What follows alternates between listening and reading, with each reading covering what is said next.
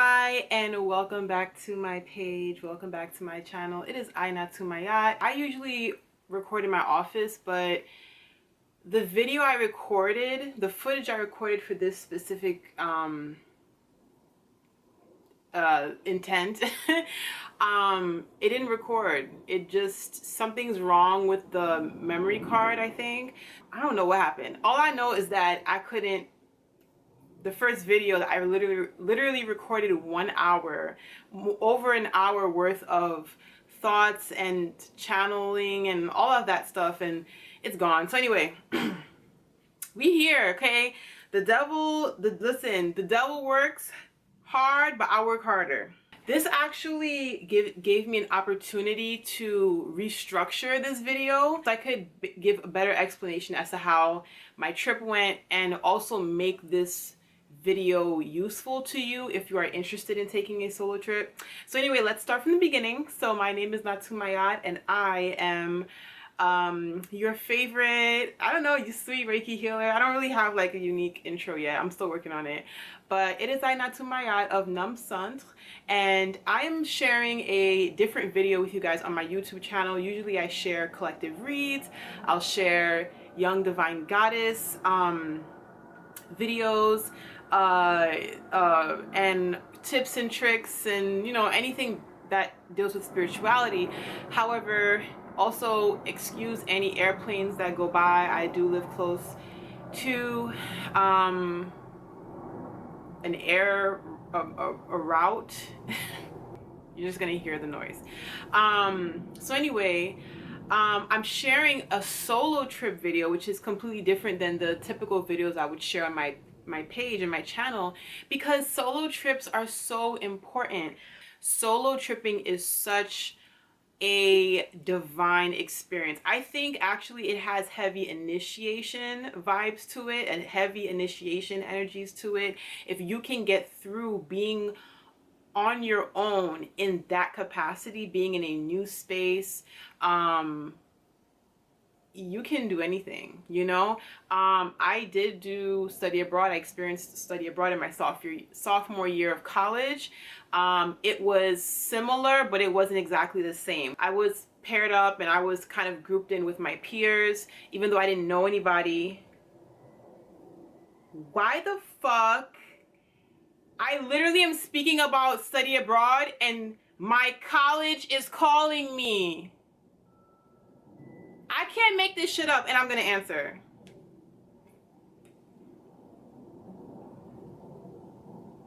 Hello? Hi, is Mary Etienne available? Who may I ask is speaking? This is Amanda from St. John's University. Yes? Hi, so I'm calling tonight to update a few of our alumni records. Would now be an okay time for you? No, I'm so sorry. I could call back at another time then. Okay, thanks. Bye. Bye. They've never fucking called me ever in my entire life. That's crazy. So this is aligned. Thank you, universe, for confirming. They never call me ever. Anyway, so I think that solo tripping is just so important and so useful and just such a great exercise for self-growth and self-development. So this is going back before I got this call. I did experience study abroad, but I eventually, the people that I didn't know when I first got into the program, when I first started the program in the semester in Paris, you know, very quickly, you make friends with them very quickly because no one else knows each other, and then you kind of are staying with these people. I don't know, it's just different. It's not the same. And so with this experience, you know, you're out in the world. You're a grown-ass person, you're out in the world. You're making decisions based off of your intuition. It's just, you're meeting new people. It's just a lot of different things. And the experience for me was heavily spiritual. It was, I mean, I planned the trip. I organized some excursions. But at the end of the day, my ancestors coordinated every single thing. The video that I recorded that got deleted, I went through each day of my experience, but this time I broke down the video in a way that makes sense. we're going to start with a location selection and planning. So when going on a solo trip, I highly recommend you choose a country or a place where you A, have been there before, B, maybe somewhere close, C, maybe same language speaking. Like if you are an English speaker, you go to an English speaking place. If if you're bilingual, you speak Spanish, you go to the Spanish speaking place, and so on and so forth. And also safety, just making sure you're checking in with the temperature of that place that you're visiting, the politics. So you kind of want to just make sure, I mean, anything can happen anywhere, but you just want to make sure relatively it's a safe place where you can access a bank if you need to. You can generally call in a cab. It's not a total risk to step outside your hotel or your villa or wherever you're staying at. I visited Costa Rica, y'all. I went to Costa Rica last year. I went with a friend at the time. It was great, but this time, amazing. Costa Rica, and also I knew somebody I know someone who lives out there. I'm not very close to that person, but it also gave me a bit of reassurance. If I had an emergency, I could reach out to this person. Yeah, so again, choosing a place that you've been to before, you feel relatively comfortable. For all my spiritual girlies, Costa Rica is an amazing place to visit if you are just looking to ground yourself.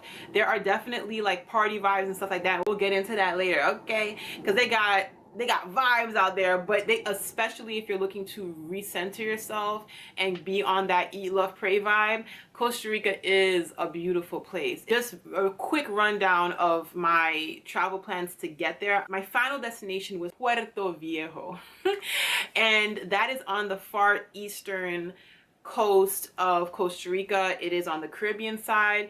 When you fly into Costa Rica, you must fly into San Jose, which is the central city. It is the capital, I believe. And it is, at the time when I flew in, it was cold, it was rainy. I stayed in a hostel, private room, because I haven't done a hostel since college, when I visited Amsterdam with multiple people in that room, and it was sketchy as fuck, and never again. So that traumatized me. So, but the thing with me is I wasn't gonna book a hotel just for one night, especially since there were so many hostels near the airport. I just decided to book a hostel private room. It was $45. I stayed at Gardens House a la Huela, and it's like literally 10 minutes away from the airport. The owner is amazing. I booked a shuttle that takes me to Puerto Viejo from San Jose. It's relatively a 6-hour drive.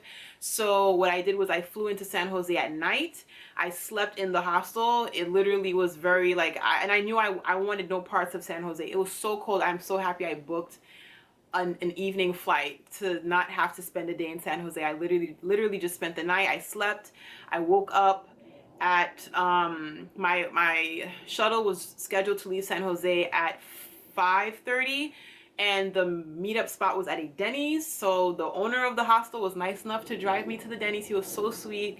I woke up at like 4:40 in the morning. He dropped me off. I had breakfast at Denny's. The shuttle driver came and got me. And when I say this man was booking it on these streets, oh my God. He was my driver going back at the end of my trip. There was a point where I was sleeping. I just have to say this, I was sleeping. I think this is for when I was returning back to San Jose to get on my flight to go back to New York. I was napping in the shuttle and I woke up and we were on the opposite side of traffic. He was not playing, but I understand his gangster, because in not even just San Jose, but in Costa Rica, they have been rebuilding and reconstructing the highways to make traffic, flow better. So that causes less lanes to be available. So that causes for that trip between San Jose and Puerto Viejo to sometimes extend to 8 hours. So when I was in Costa Rica last year, it took all day to get there. So this is why I scheduled and planned out my trip this way, so that I can get that 5 a.m.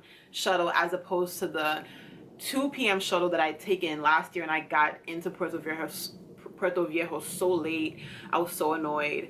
And so this was my plan. So anyway, now so essentially I got into Puerto Viejo roughly around 12 o'clock, I checked in. I stayed at Villas Mapacha del Caribe, and I'll share some clips. And again, I'm sure as you've seen throughout this video, I'm just kind of dropping in clips and footage and things like that, so you get to see what I was experiencing. I didn't record everything. There were magical moments I didn't record, and I'm so sad. It literally could have been a movie, but I was enjoying every moment of this trip.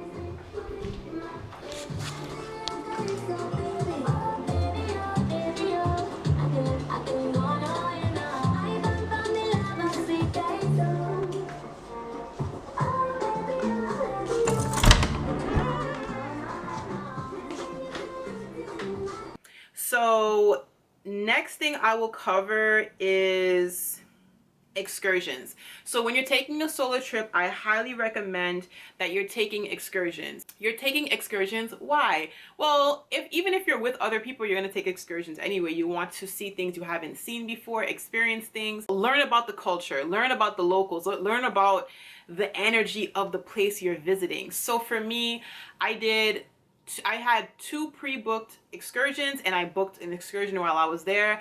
I went on a the Brie chocolate magical experience and waterfall tour, y'all.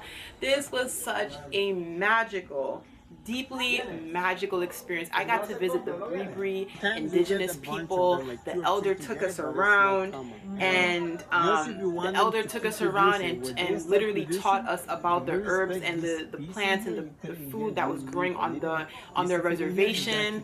I got to learn about the benefits they have in the country. I got to learn how to make chocolate from scratch.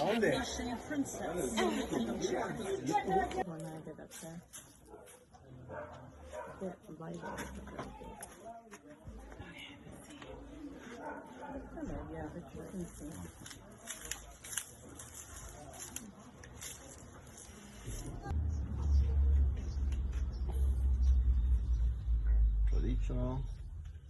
Aquí está su chumoli. But traditional. Aquí está su chumoli. Aquí está su chumoli. Chumoli. I got to visit like their places of worship. Like, it was so beautiful. And then we got to swim in the waterfall, y'all. And the people that I was on the excursion with, these weren't people that I would hang out with for the entire trip, but they were relatively pleasant. They were very, very nice. And we just vibed. It was a vibe. The other excursion that I did was the chocolate and wine beer tasting pairing at this local chocolate shop in Puerto Viejo. So it wasn't far out. It was really close to where I was staying at. And that was cool. The owner was very knowledgeable. He really was like selling the local chocolate farmers and like the people who were producing local chocolate. And he also recommended like this really nice beach I should go to. I also booked a private one-on-one salsa and bachata class, and I took it with the lovely Isa. She is amazing, y'all. It was a private class, just her and I, and she just brought so much vibes. She is so knowledgeable. She is so passionate about what she teaches and what she knows, and I was just so grateful for her. And the day that we had done the class, there was actually a Wi-Fi shortage in the area, and I could not reach her, but she was so nice. She waited around for me. I had to walk to another hotel in the area to get service, to reach out and let her know like where I was so we could meet up. Beautiful. The next tab here, which is structure your days around things that you need to do. So you can have excursions that are part of your itinerary. You can also, if you're going to a hot place, have a beach. Make sure you're going to the beach every day. So have that be a part of your schedule or your itinerary.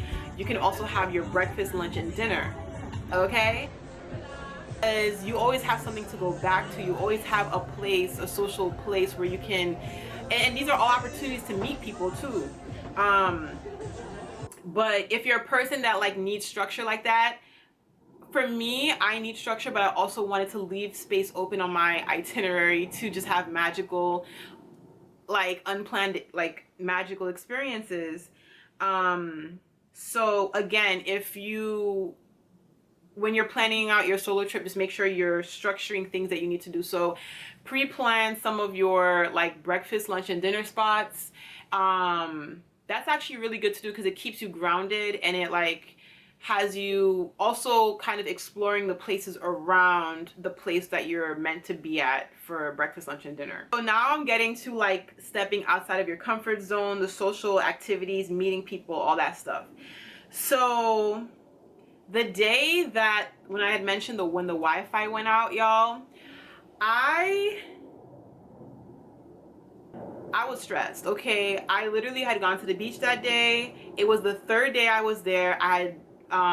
It was the day of the salsa class that I had to go to that class, and I went back to the villa, and there was no Wi-Fi. I had no access. I couldn't call nobody. I couldn't text anybody. So my issue was that I needed to get to the location that the woman or the girl, the young woman, told me to meet her at. But I need to call a tuk-tuk, and I'll show some footage of me in the tuk-tuk so you can see like what it looks like. You basically use WhatsApp to text them to come get you at where you need to be so they can take you to where you need to go. So I was stressed because I'm like, I'm not so close that I could walk. Like if I walked to this place, it would be like a 30-minute walk. I'm not trying to walk, and these roads are not fully paved. A lot of these roads are like dirt roads. And then I don't really feel like walking, y'all. I wanted to be in that tuk-tuk. So I had to at least get to the main road so maybe I could hail down a tuk-tuk. So I start walking along the main road, and literally this black goddess, this queen, she is on her motorcycle, and she's passing me, and I hear, "Hey sis," and I'm like, "Hey queen," and she's like, "Do you need a ride?" And I'm like, "Oh my god, yes, I need a freaking ride." And so I got in the back of her motorcycle. Guys, it's just vibes at this point, and this is what I'm talking about. When you are by yourself, it is literally you and God and your intuition, and you go off your first instinct. When I interacted with her energy, it was just, it felt good, it felt safe, and I was like, yeah, I'm getting on the back of her motorcycle. She's like, "Where do you need to go?" I'm like, "I need to go right up there." "I can take you there." She got me there. We exchanged numbers. I found out she's also from my city. Okay, shout out to you, Miss Lady. She's amazing. She connected me with, why are all these people calling me at this time? So she connected me with like the expats that stay in the area, and I joined like the WhatsApp group, and then she told me, "Oh, let's hang out during the weekend." The following day, I was not bored. I was just, you know, I was like, "What's happening on a Thursday?" I knew what was happening on Thursday, but I want to know what she knew what was happening on a Thursday, because she lives there and she knows the vibes. She told me of a function. I think I was going to go there anyway. And so she said, "I may go, I may not go." So I was like, you know what, this is my opportunity to really go to a place where at least she says it's popping, and I can meet people who are there. So I go there, and I go into the function. I get myself a drink. I go to the back where the beach is, and I'm realizing that I'm isolating myself because I'm by myself. I'm scared. But thank God for the circumstances that were just about to follow what I'm about to tell you. From where I was sitting, I was kind of tucked away from everyone else. And this group of sketchy people, in my last video, I called out their nationality, but I will not do that in this video. They were being weird next to me. And so I'm going to rewind past all of that. I knew my spirit was very loud. They were not good energy to be around. So I moved away from them. And I said, I'm going to take myself from the back of the party and put myself by the entrance where everybody could see me. And I was like, let me just do it. I got my little drink. So I go to a standing table. And this one girl, she's so adorable. She makes eye contact with me, some like Asian chick. And she's like, "Hey, like, what's your name?" And, you know, we exchange information, like, you know, names. And then she starts introducing me to all the people that she came to the function with, all the people from her hostel. I just saw 222 on the video. All the people from her hostel. It's like a huge group of internationals. We're vibing. And now I see two black girls in the back. And I'm like, damn, that girl looks like the girl that picked me up on the motorcycle. But I don't really know if that's her. But half of me was like, I just want to go talk to some black queens just to see what other vibes are going on. So I told these people, the nice people I was with, I was like, yo, I think I see someone that I know. I'm gonna go over there. I go back over there. I meet these other two girls. It's not the girl, but they know her. Of course they know her. And now I know more. Now I'm meeting more people. And so I end up staying at the function, partying, drinking. I didn't stay out too late. Then I went back. One of the girls that I met there, who said they knew the other girl that picked me up on the motorcycle, she told me of another activity. And honestly, guys, I don't really want to like give all the tea and all the information because this place is a very small place. And so I'm gonna keep saying the girl and the chick and the queen and the goddess, because I believe in privacy. I believe in all of that good stuff, and let people live in peace. So anyway, she told me about another activity that most of the expats get into on a Friday night, and it was not too far from where my villa was, and that was for the Friday night. And guys, I could just keep going on and on. It was just endless vibes, to be quite honest. And so I did that activity, and then in the same breath, everybody's like, y'all want to go to this function so we can go party there? And we went there. And then the following day was the beach day. That was the original hangout time. The girl on the motorcycle who picked me up on the motorcycle, that she wanted to do with me. And she's like, can I invite more friends? And I'm like, yeah, sure. And I'm meeting more people. And then she's like, yo, let's go back to my place to have pancakes. We have pancakes by her house. Tell me why, as we're going to her house, I'm passing my villa. I'm literally passing my villa, and I'm like, we're so close to where I'm staying at. And I'm like, that's wild. So anyway, we're at the homegirl's crib, and we're making pancakes. We are burning incense. We are playing Heads Up, that little game. There's like a game I got on my phone, playing Heads Up.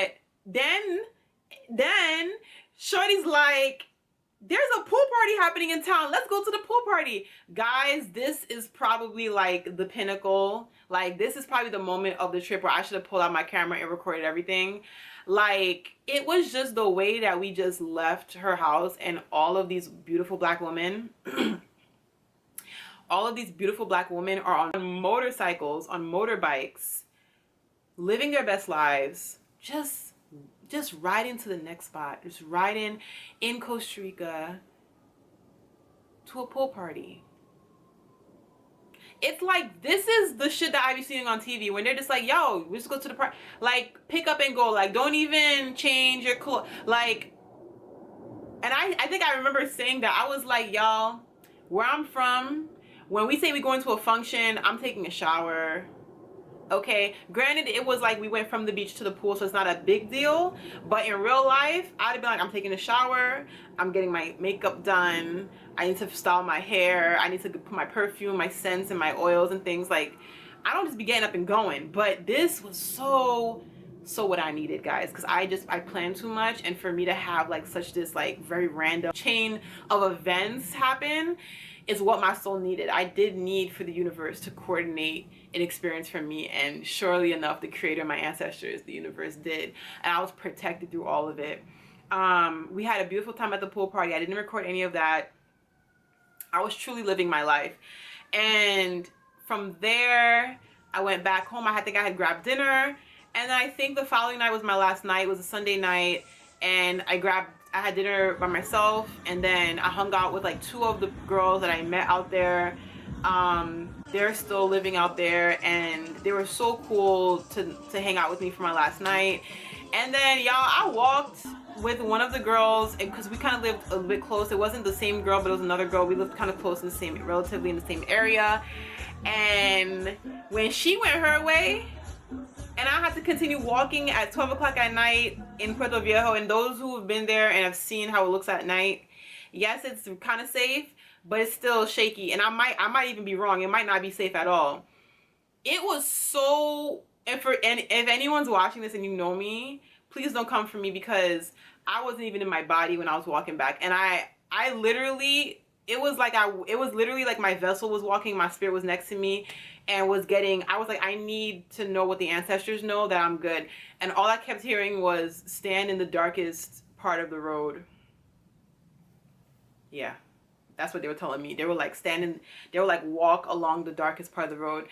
I don't know why I did that. There was no reason. I had money. Like, there's literally zero reasons why I was walking back to my villa in Costa Rica, in Puerto Viejo, in the countryside, in the jungles at night at 12 o'clock in the morning, where the beaches are too,